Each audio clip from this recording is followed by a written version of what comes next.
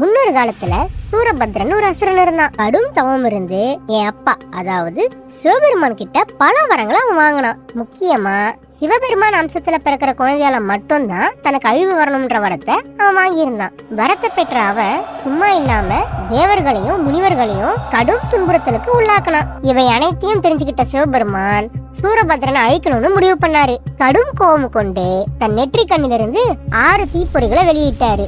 அந்த தீப்பொறிகளோட வெப்பம் தாங்க முடியாம வாயு பகவானோ அக்னி தேவனோ அதை கங்கை நதியில விட்டாங்க. அதை கங்கை நதி சுமந்து சென்று சரவண பொய்கை குளத்துல சேர்த்துச்சு. அங்க அந்த 6 பொறிகளும் 6 அழகான குழந்தைகளா உருமாறுச்சு. அந்த 6 குழந்தைகளையும் 6 கார்த்திகை பெண்கள் எடுத்து அன்போடு வளர்த்தாங்க.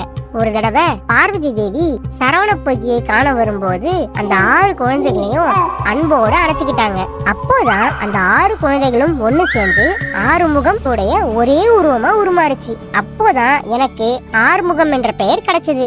கார்த்திகை பெண்கள் என்ன நல்லபடியா வளர்த்ததால சிவபெருமான் அவங்களுக்கு ஒரு வரத்தை கொடுத்தாரு. அவங்க பெயரில் தொடர்ந்து வரும் கிருத்திகை நட்சத்திர தண்ணிக்கு முருகனை வழிபடுபவர்கள் எல்லா நலங்களையும் பெறுவார்கள் என வரத்தை அளிச்சாரு. அதிலும் தை மாதத்தில் வரும் கிருத்திகை நாளானது மிகவும் சிறப்புடையது.